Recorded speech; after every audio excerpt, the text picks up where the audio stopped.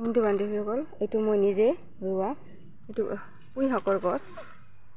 ইমান ডাঙৰ হৈ গৈছে এতিয়া চাওক একদম জৈৱিক হয় কোনো ৰাসায়নিক সাৰ ব্যৱহাৰ কৰা হোৱা নাই সেইকাৰণে এনেকুৱা আমি কোনো সাৰ ব্যৱহাৰ নকৰোঁ জৈৱিক হয় এইটো মোৰ গ্ৰীণ কালাৰৰ এইটো চাওক পাতটো পুঁই শাকৰ ৰঙা কালাৰৰ যোনটো সেইটো নাই মোৰ লগত বৰ্তমান এই সেউজীয়া কালাৰটো আছে ৰঙা কালাৰটো হৈছিলে কিন্তু মৰি গ'লে গছবিলাক ৰঙা কালাৰটো অলপ শুনো যে মানে বেছি পুষ্টিগুণ আছে